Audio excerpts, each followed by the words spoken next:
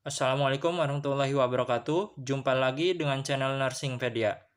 Apa kabar teman-teman sejawat perawat? Semoga selalu dalam keadaan sehat walafiat. Baik, pada kesempatan kali ini kita akan kembali membahas latihan soal kompetensi teknis keperawatan dalam seleksi P3K Perawat tahun 2022 ini. Di video ini saya sertakan mini tryout, jadi teman-teman harap saksikan video ini sampai dengan selesai, karena kode aksesnya ada di akhir video ini. Bagi teman-teman yang baru saja gabung di channel ini, silahkan subscribe dan nyalakan tombol loncengnya untuk mendapatkan notifikasi video dari channel ini. Langsung saja kita ke soal pertama. Seorang perawat sedang melakukan pengkajian kekuatan otot pada pasien. Saat memberikan tekanan pada tangan pasien, pasien mampu melawan gravitasi dan melawan tahanan ringan. Berapa kekuatan otot pada tangan pasien?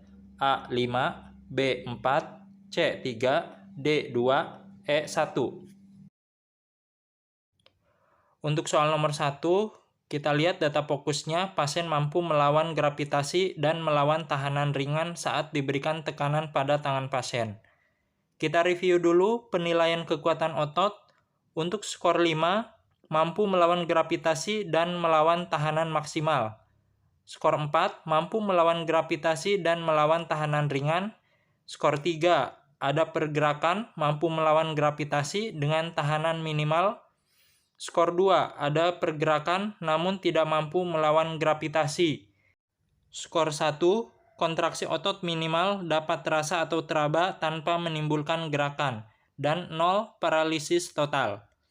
Maka dapat disimpulkan bahwa jawaban yang tepat untuk soal nomor 1 ini adalah B. Kekuatan ototnya 4. Berikutnya soal nomor 2. Seorang pasien 27 tahun dibawa ke IGD dengan luka bakar di kedua lengannya dan dada. Pasien tampak meringis kesakitan dengan skala nyeri 8. Persentase luka bakar pasien tersebut adalah A. 9%, B. 12%, C. 18%, D. 27%, atau E. 36%.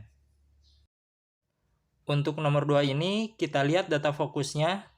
Pasien mengalami luka bakar di kedua lengan dan dada. Maka derajat luka bakar pada pasien adalah lengan kanan 9%, lengan kiri 9%, dan dada 9%. Maka totalnya adalah 27%. Perlu diingat teman-teman bahwasanya kalau lengan itu adalah mulai dari sendi bahu sampai ke jari-jari tangan.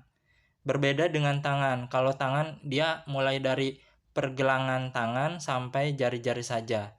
Jadi untuk lengan itu definisinya adalah mulai dari sendi bahu sampai ke jari-jari tangan. Karena di video saya sebelumnya itu banyak dari teman-teman yang perbedaan pendapat ya. Kalau lengan itu 4,5%. Kecuali di soal itu dinyatakan bahwa luka bakar itu hanya dialami lengan bagian depan misalnya, atau lengan bagian belakang. Baru itu 4,5%, seperti itu. Jadi ketika di soal itu disebutkan yang mengalami luka bakar adalah lengan, maka di situ adalah lengan secara keseluruhan, baik itu lengan bagian depan ataupun belakang. Maka lengan itu adalah 9%. Jika kedua lengan berarti 18%. Maka jawaban yang tepat untuk soal nomor 2 ini adalah D, 27%. Soal berikutnya soal nomor 3. Seorang pasien 30 tahun datang ke poliklinik jantung untuk melakukan perekaman EKG. Perawat akan memasang elektroda pada dada pasien. Di lokasi manakah perawat akan memasang elektroda V4? A. Ruang interkosta 4, sisi kiri garis parasternal. B. Ruang interkosta 4, sisi kiri garis midclavikula. C. Ruang interkosta 5, sisi kiri garis midclavikula. D. Ruang interkosta 5, sisi kiri garis aksilaris anterior. Atau E. Ruang interkosta 5, sisi kiri garis mid-aksilaris. Nah, di sini terdapat gambaran lokasi pemasangan elektroda EKG pada dada pasien. Jadi P1 itu lokasinya di interkosta 4 sisi kanan garis parasternal. V2 lokasinya di interkosta 4 sisi kiri garis parasternal. V3 di antara V2 dan V4. V4 di interkosta 5 sisi kiri garis midclavicular. V5 di interkosta 5 sisi kiri garis axillaris anterior. Dan V6 di interkosta 5 sisi kiri garis mid-axillaris. Maka jawaban yang tepat untuk soal nomor 3 ini adalah C, ruang interkosta 5 sisi kiri garis mid-clavicula. Soal berikutnya soal nomor 4. Seorang pasien 57 tahun dirawat dengan stroke hemoragik. Onset hari ketiga dan kesadaran apatis. Anggota gerak sebelah kanan lemah dengan kekuatan otot 2. Pasien demam, sesak napas dengan respirasi rate 27 kali per menit. Batuk berdahak dan sulit dikeluarkan. Pasien mendapatkan terapi manitol, intravena, dan nebulizer 2 kali sehari. Masalah keperawatan yang tepat adalah A. Gangguan mobilitas fisik. B. Resiko perfusi cerebral tidak efektif. C. Pola napas tidak efektif. D. Bersihan jalan nafas tidak efektif. Atau E. Penurunan kapasitas adaptif intrakranial. Untuk soal nomor 4 ini kita lihat data fokusnya yaitu pasien dengan stroke hemoragik onset hari ketiga, kesadaran apatis, anggota gerak sebelah kanan lemah dengan kekuatan otot 2, sesak nafas dengan respirasi rate 27 kali per menit, batuk berdahak dan sulit dikeluarkan. Maka dapat disimpulkan bahwa masalah keperawatan pada pasien ini adalah bersihan jalan nafas tidak efektif. Bersihan jalan nafas tidak efektif didefinisikan sebagai ketidakmampuan untuk membersihkan atau mengeluarkan sekret, atau obstruksi jalan nafas untuk mempertahankan jalan nafas tetap paten. Maka jawaban yang tepat untuk soal nomor 4 ini adalah D. Bersihan jalan nafas tidak efektif. Soal berikutnya soal nomor 5.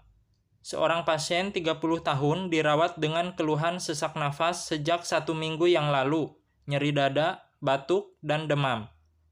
Fototorak didapatkan penumpukan cairan pada paru sebelah kiri. Perawat mengkaji kondisi pasien dengan melakukan perkusi torak. Hasil pemeriksaan torak yang didapatkan adalah A. Hipersonor, B. Sonor, C. Dullness, D. Timpani, atau E. Resonan. Untuk soal nomor 5 ini kita lihat data fokusnya pasien dengan keluhan sesak nafas, nyeri dada, batuk, dan demam. Fototorak didapatkan penumpukan cairan pada paru sebelah kiri.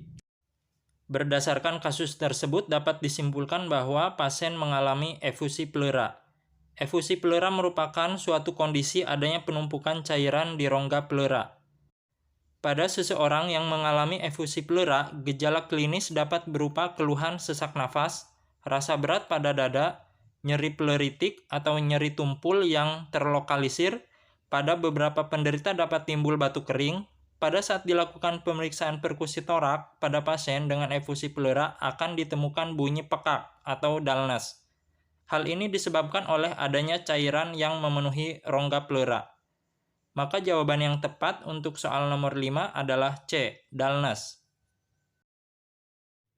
Demikianlah pembahasan soal kita pada kesempatan kali ini. Semoga bermanfaat bagi teman-teman semua pejuang P3K. Untuk selanjutnya ini adalah link mini tryout dengan passwordnya lulus P3K. Jadi teman-teman silakan klik link yang ada di deskripsi. Kemudian untuk kode aksesnya masukkan password lulus P3K. Selamat mengerjakan, tetap semangat, terus belajar. Semoga teman-teman bisa lulus P3K tahun ini. Sampai jumpa lagi di video-video saya berikutnya. Bagi teman-teman yang baru saja gabung, silakan subscribe channel ini dan nyalakan tombol loncengnya untuk mendapatkan notifikasi dari channel ini. Saya akhiri. Assalamualaikum warahmatullahi wabarakatuh.